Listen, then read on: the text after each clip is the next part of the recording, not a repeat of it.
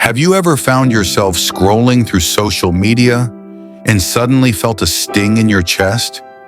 That subtle, sharp voice whispering, "Why not me?" Maybe it was someone's promotion, someone's perfect relationship, or their effortlessly beautiful life. You try to brush it off, but deep down, something lingers.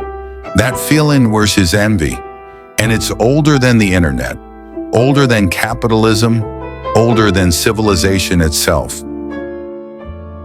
From the murder of Abel by his brother Cain, to Nietzsche's rage against the morality of the herd, envy has haunted the human soul for millennia. But what if envy isn't just a petty emotion?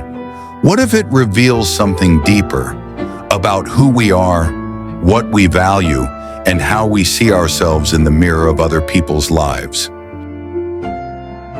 In this video, we're diving deep into the minds of the world's greatest philosophers, from Plato to Kierkegaard, from Schopenhauer to Simone de Beauvoir, to uncover why we envy and what we can do about it. Chapters: Teaser Pop-Up 1, The Nature of Envy. 2, Philosophical Perspectives. 3, Modern Triggers. 4, Can we ever be free of envy?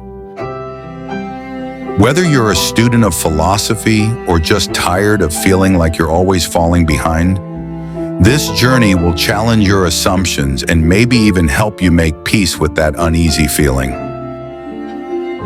This isn't just about envy, it's about you. So stay with me and let's begin. Number 1, Plato, Envy as a Vice of the Soul. Plato viewed the soul as composed of 3 parts: reason, spirit, and appetite. Envy arises when the rational part of the soul fails to control the spirited and appetitive parts. For Plato, envy is a product of a disordered soul, when someone resents the good of another instead of pursuing their own virtue. In an ideal society, citizens should focus on fulfilling their own role rather than coveting others' positions or possessions. Key idea: envy comes from spiritual disorder and a failure to focus on one's proper role or virtue.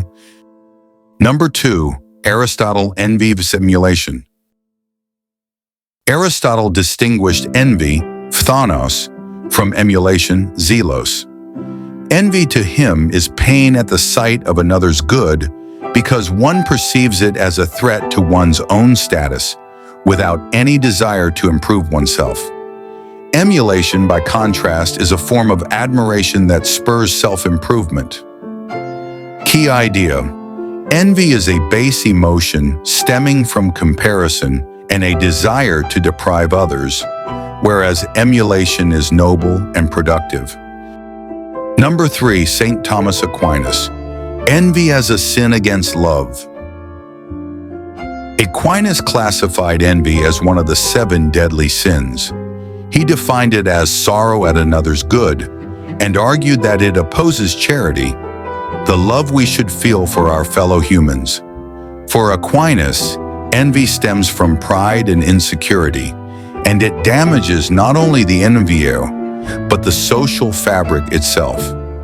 Key idea: envy is sorrow at another's success, driven by pride, and it undermines both personal virtue and communal harmony. Number 4, Spinoza, Envy as a Form of Pain. Baruch Spinoza saw emotions as natural phenomena rooted in human psychology. He defined envy as a kind of hatred insofar as it causes a man to be pained by another's good fortune. In his deterministic worldview, emotions like envy arise from inadequate understanding of our place in the universe and from bondage to external causes. Key idea: envy is a passive emotion born from ignorance and lack of self-mastery. Number 5, Nietzsche, Ressentiment and the Slave Morality. Friedrich Nietzsche offered one of the most radical critiques of envy in On the Genealogy of Morals.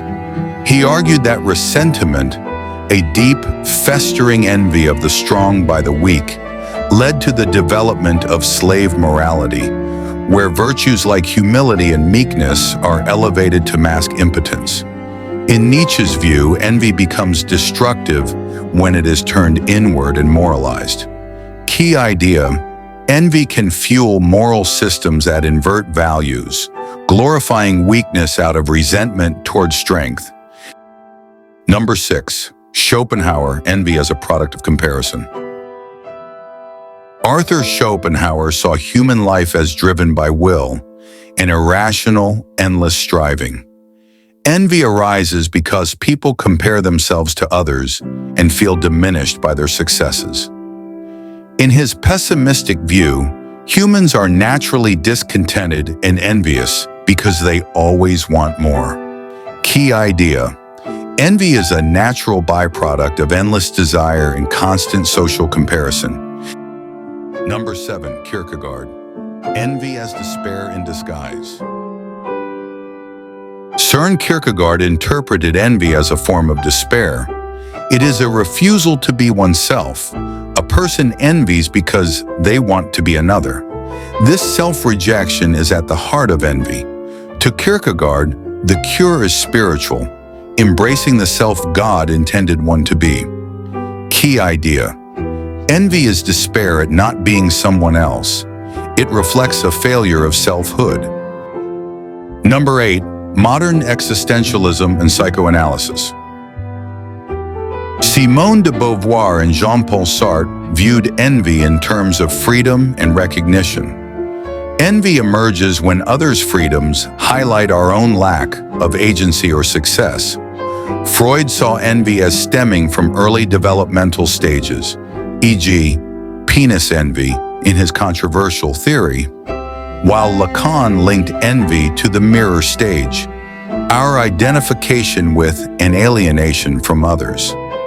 Key idea: envy is deeply tied to identity, desire, and the struggle for recognition. Number 9. Contemporary views, envy and capitalism. Contemporary philosophers and social critics, like René Girard and Peter Sloterdijk, see envy as embedded in mimetic desire. We desire what others desire. In modern consumer society, advertising and social media constantly expose us to others' curated lives, fueling envy. Key idea: modern society industrializes envy through media and consumerism by exploiting our mimetic tendencies.